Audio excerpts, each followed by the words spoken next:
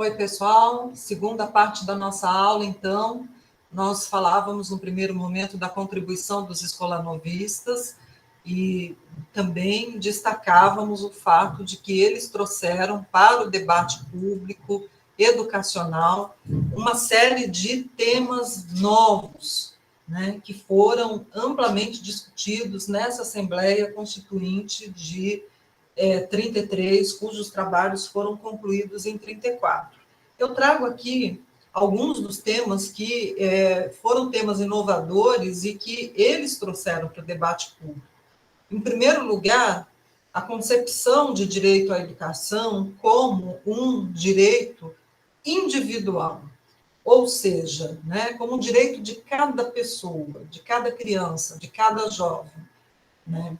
Eles também trouxeram para o debate público a questão da política de financiamento da educação. Veja, isso é a primeira vez que aparece com essa clareza, com toda essa evidência, né? Os escolanovistas defendiam que era preciso criar meios garantidores do financiamento da educação, né? Então, eles defendiam a criação de fundos especiais e específicos para financiar a educação e defendiam a criação de índices de percentuais orçamentários fixos, né, que deveriam ser utilizados para financiar educação, de percentuais que estariam estabelecidos na Constituição, e que aí, independente de quem estivesse no poder, num determinado momento, aquele percentual X da arrecadação deveria ser investido obrigatoriamente em educação. Vejam a importância disso. Na nossa aula de financiamento, nós vamos discutir a importância desse tipo de vinculação, né? E também defendiam a obrigatoriedade do ensino, né? Entendiam a obrigatoriedade numa dupla dimensão. A obrigatoriedade deveria ser para o Estado, no seu dever de educar, e para o cidadão.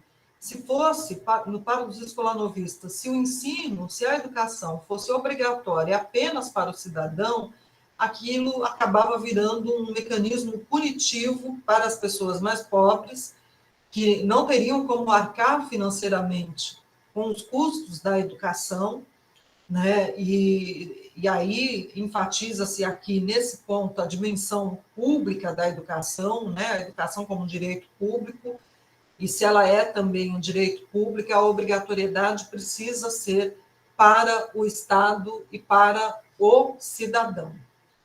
Eles também defendiam que a União, ou seja, o governo federal, deveria exercer ação supletiva sobre os estados e municípios, ou seja, complementar as ações desenvolvidas pelos estados e municípios. Quando houvesse nos estados e municípios deficiência de iniciativa, de atendimento, né? Defendiam também que caberia à União fazer o tempo todo monitoramento da situação de atendimento do direito à educação. Como é que a União faria esse monitoramento? Por meio da realização de estudos, de inquéritos diversos, de demonstrações, de subvenções, né? Essa ação supletiva também se daria por meio da criação de conselhos da área da educação. Eles tomavam por base a experiência da existência desses conselhos no cenário americano, né? E para os escolanovistas, esses conselhos educacionais, eles deveriam ter autonomia administrativa, autonomia financeira e deveriam ter poder deliberativo, ou seja, de deliberar sobre política educacional sem estarem submetidos à tutela, ao controle exercido pelo Estado, pela própria União. E aí, de fato, né, a Constituição de 34 vai contemplar a criação de conselhos técnicos em várias áreas, né, mas eles foram criados como conselhos consultivos, não deliberativos. Então, houve essa limitação. e o Conselho Técnico da área da educação ficou responsável, né, na Constituição de 34, pela elaboração de um Plano Nacional de Educação. Bom, em relação à aplicação de recursos públicos, os escolanovistas defendiam a criação dos fundos, os percentuais fixos, e defendiam algo que está presente no debate público sobre o financiamento da educação até hoje. Defendiam que as verbas públicas, ou seja, os recursos públicos, deveriam ser utilizados exclusivamente para financiar a educação pública, né? Para que, dessa maneira, se pudesse expandir, de fato, o acesso ao direito à educação.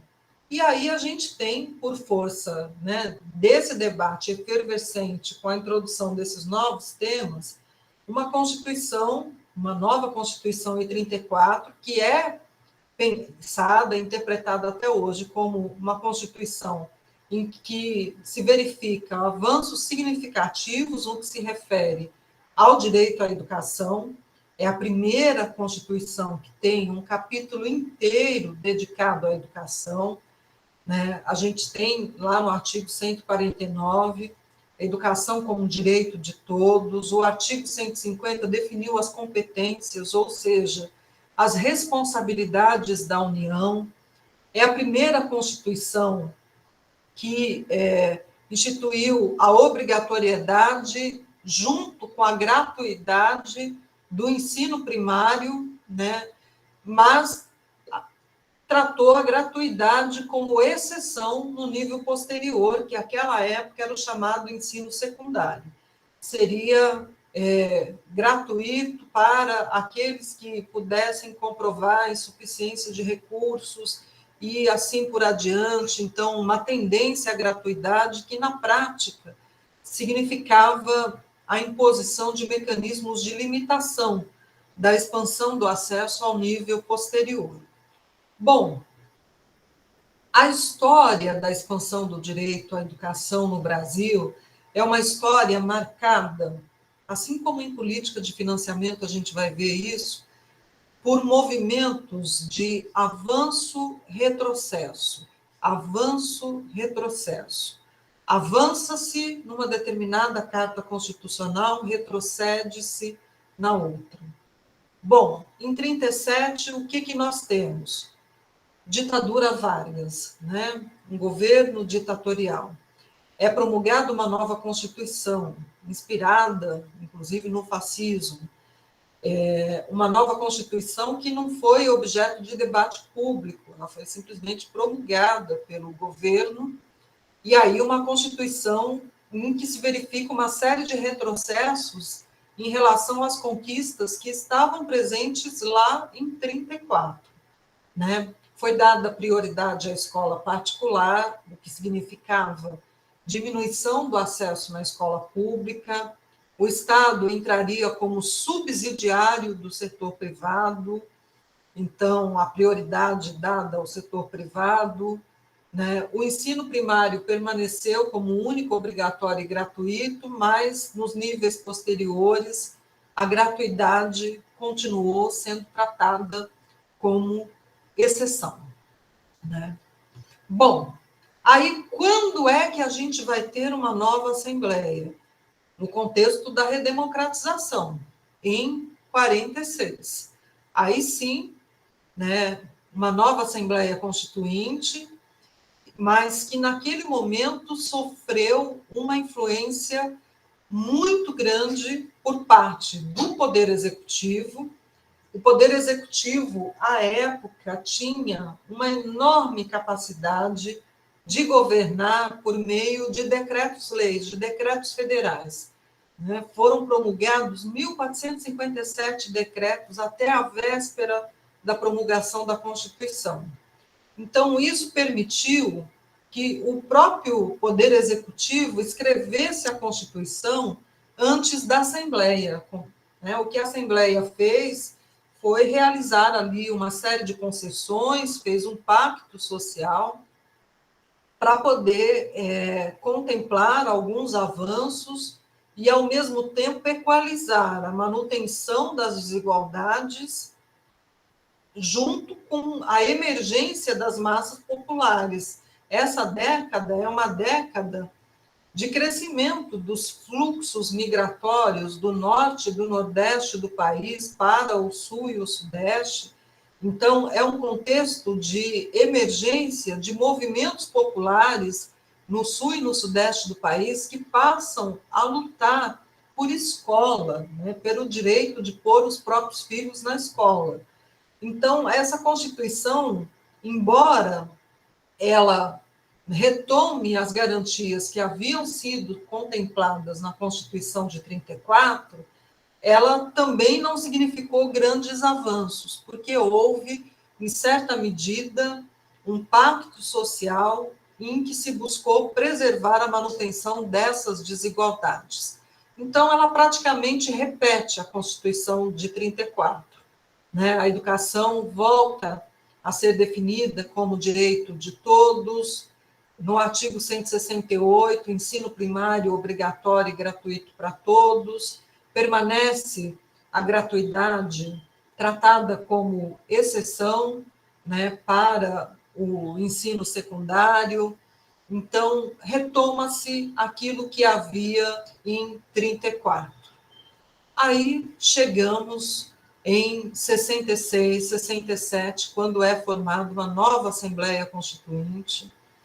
No contexto da ditadura militar, é um outro cenário, um cenário autoritário, um cenário em que houve dissolução do Congresso Nacional, são os anos de chumbo, e havia, desde 46, uma comissão formada por juristas que tinham um anteprojeto da educação, e nesse anteprojeto eles faziam uma série de proposituras em relação à educação. Essa comissão de juristas teve assento, foi ouvida nessa Assembleia Constituinte, e, né, o outro ator social que conflitava, que apresentava proposta conflitante com a comissão de juristas, era o próprio Poder Executivo, via parlamentares que, na prática, representavam os interesses do Poder Executivo. Um dos temas que fez parte do debate público foi a temática da vinculação constitucional de receita. Os juristas defendiam a vinculação, ao mesmo tempo em que o executivo defendia a desvinculação. Professora, o que quer dizer isso, vinculação constitucional de recursos para financiar a educação? São aqueles índices, aqueles percentuais orçamentários fixos que os escolanovistas defendiam. Então, ter na Carta Constitucional definido lá que um X percentual da arrecadação com impostos deverá ser obrigatoriamente investido em educação. Os juristas queriam a vinculação, queriam que esses percentuais existissem. O Poder Executivo queria a desvinculação, então, essa não obrigatoriedade de investir um certo percentual da arrecadação em educação, tomando por base uma teoria econômica que é trazida pelos militares para cá, que é a chamada teoria do capital humano. Nós tratamos dela no semestre anterior, né? Para a teoria do capital humano, só deveria haver investimento onde houvesse retorno mais imediato para o mercado de trabalho e nos termos do mercado e das necessidades do mercado, naquele contexto, das necessidades de formação de mão de obra para as empresas. Né? Então, é até por conta disso que os militares fizeram reformas educacionais em que eles instituíram a profissionalização compulsória, exatamente por conta desse compromisso com os princípios da teoria do capital humano. Em relação à gratuidade, a comissão de juristas defendia a gratuidade tanto para o primário quanto para o secundário. O Poder Executivo defendia a gratuidade como exceção, né, no máximo a criação de bolsas de estudos para o secundário e o superior, e aqui é importante dizer, bolsas restituíveis, né? Então, o aluno que recebeu aquela bolsa, ele deveria depois, uma vez empregado, ressarcir o Estado, uma espécie de empréstimo.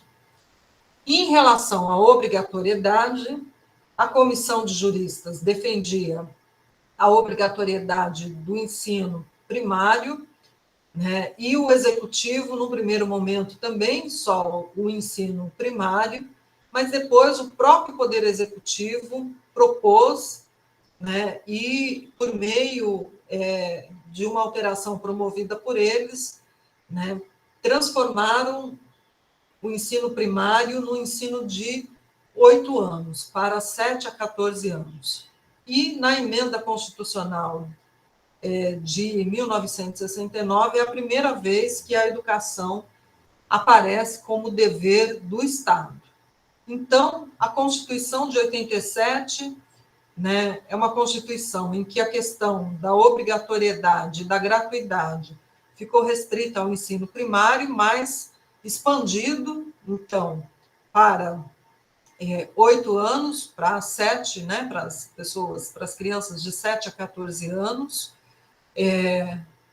o ensino oficial posterior, que era o chamado, passou a ser chamado ensino de segundo grau depois, né, em 71, a gratuidade vai ser tratada como exceção por meio de bolsas restituíveis e aí por meio da emenda constitucional número 1 de 69, aí a primeira vez que a educação aparece com essa redação, como um direito de todos e como um dever do Estado. E é importante ter essa redação, porque se não está escrito na Constituição dessa maneira, fica muito mais difícil cobrar do Estado o seu dever de educar. Se não está escrito lá que o Estado tem esse dever, não se pode cobrá-lo. E aí a responsabilidade pode ser de quem não tem condição de arcar com esse dever, que é exatamente a grande maioria da população brasileira. Bom, pessoal, essa é a segunda parte da nossa aula. Na terceira parte, aí nós vamos tratar da Assembleia Constituinte de 87, da Constituição Federal de 88 e, né, de algumas questões contemporâneas no que se refere ao direito à educação. Vejo vocês daqui a pouco na terceira parte dessa aula.